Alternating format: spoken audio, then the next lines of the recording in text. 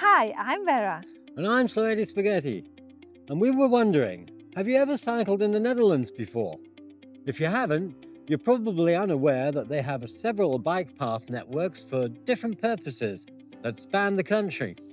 One for quick city-to-city commutes, for the snel fiets pads, one for everyday use connecting towns and villages, and a further one for recreational cycling, or what the Dutch call lekker fietsen. This network doesn't connect the fastest routes between 2 points, but follows leisurely routes all around, zigzagging across the country. But rather cycling from place to place, you follow numbers. This is great fun when you get the hang of it, but it does have the drawback that A, if you're unfamiliar with the system, you'll probably get lost, like we did on our first encounter, and B, that you can't remember any of the places you saw, but can only list 2-digit numbers in a seemingly random order. It's like, yeah, I cycled us through the Netherlands from points 07 to 42 to 33 to 84 to 79, but don't ask me where I went. And of course, the network is so large that numbers get used multiple times. Up to date, I hadn't seen this concept applied anywhere else except for in northwest Germany, but it's pretty unreliable due to poorly maintained signage and isn't thought out properly. But the Doubs region in eastern France, where we are now, has adopted the Dutch approach and has begun setting up a numbering system letting you explore the region far beyond the popular Eurovelo 6 that passes through along the river of the same name. So this is precisely where we're standing now as we're recording this video. So much like in the Netherlands, you can now cycle the area by numbers. This attempt to promote cycling in the area goes hand in hand with major investments in cycling infrastructure and especially greenways. So if you're ever in the area or are planning your next cycling trip, you might want to take this into consideration. They've even issued a brochure with a pop-out label you can attach to your handlebars. Let's have a look at that pop-out label. I have one here. Oh yeah, that's already got popped out. And here you can put in the numbers you want to pass by, which is a sweet idea, even if it's a bit impractical. The network is still work in progress, and the website gives a more detailed overview on the current status. At first glance, the website seemed more difficult to navigate than the network itself, which is a bit ironic, but I'm not all that computer savvy, and Vera was more successful at figuring it out, so I'll let her explain how it works. We are here on the Do Travel website. Unfortunately, it's just in French, so I have to do some translating. You can see that there are 2 different options for planning a route. Option 1 is using the calculator, which we see here. We will do that a bit later. You can also see that the entire network of cycle knots is still under development and not yet finished, and they are asking for your understanding, which of course we have. Then there's option 2, the old-fashioned way using paper. You can download the map here as a PDF, or you can get it for free at the tourist office. There are also videos available here, and you can download the label here, which we already have, like the ones we've just shown you that you can attach to your handlebars. You will also find various suggestions and inspirations for discovering the Doubs département. Now let's go to the route calculator. First, we switch to full screen mode, plein écran. Here we have a menu. I can create an account using Google, so I can save my routes. Here you can generate an automatic route.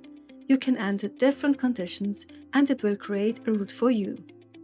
Here it gives me suggestions for routes I can take, and they show up directly on the map when I click on them. But we want to create a new route, so I click here. Here is the legend.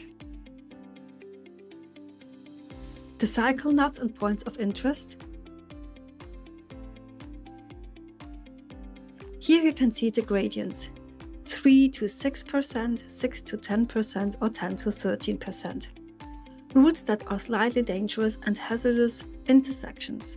Just to clarify, it looks like a lot, but the French are being extremely cautious, and the intersections really aren't dangerous. You can also see whether the road is paved or unpaved.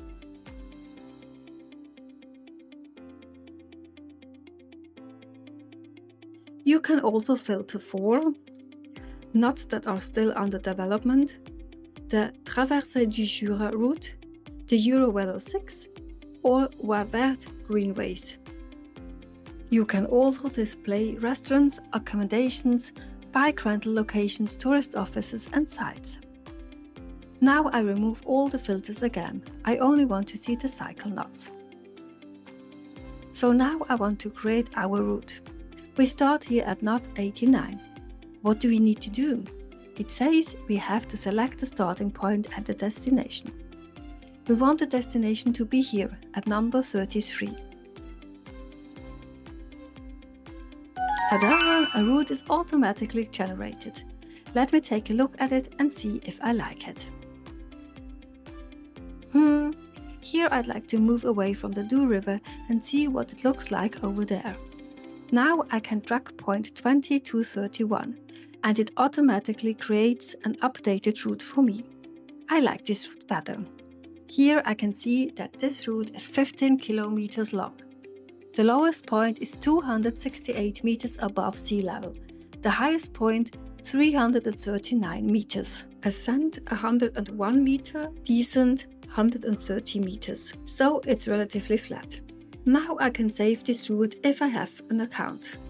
I can share it via email, or I can download the GPS data or print it out.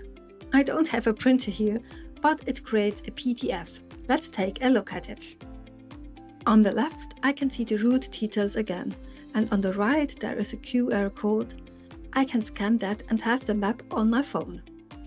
Here I see the map. Here I see the elevation profile. It looks much tougher than it really is. And here is the list of all the cycle nodes. The distances between the points are listed. I could cut this out and take it with me so my phone can stay in my pocket. After all, we've got our label, which we attach to the handlebars. As this is a pioneer region, the violet squiggling lines certainly stand out on the map, making this look like a tiny version of the Netherlands or Belgium, which you can see are densely covered in cycle routes. But hovering over this map, I then saw that this concept has also been adopted in parts of the Somme département. So maybe one day the whole of France will resemble the Netherlands and Belgium too. Looking at this makes clear why the node system turns all suitable roads into cycle routes, making the network much denser than the traditional routing systems. So I figured out how to attach the label to the handlebar, and we've chosen our numbers and are pretty excited to see how this works out.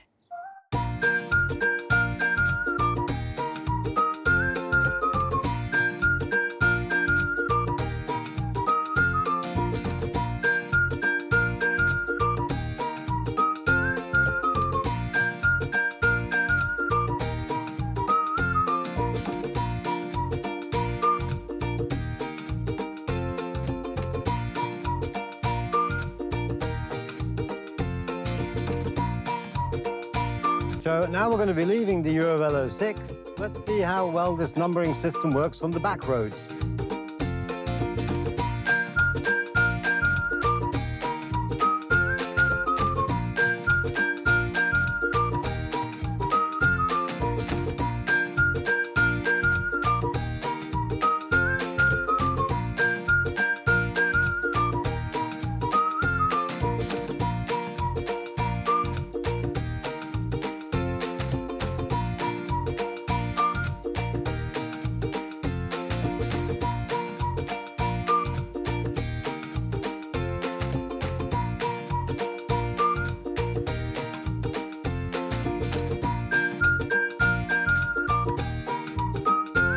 So, I've crossed off the last number on my list, and it worked out surprisingly well.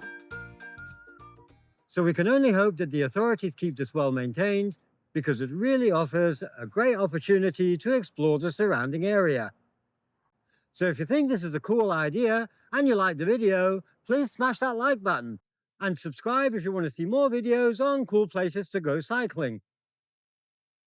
So we look forward to see you in the next one. Until then, thanks for watching and happy cycling. Bye-bye. Bye-bye.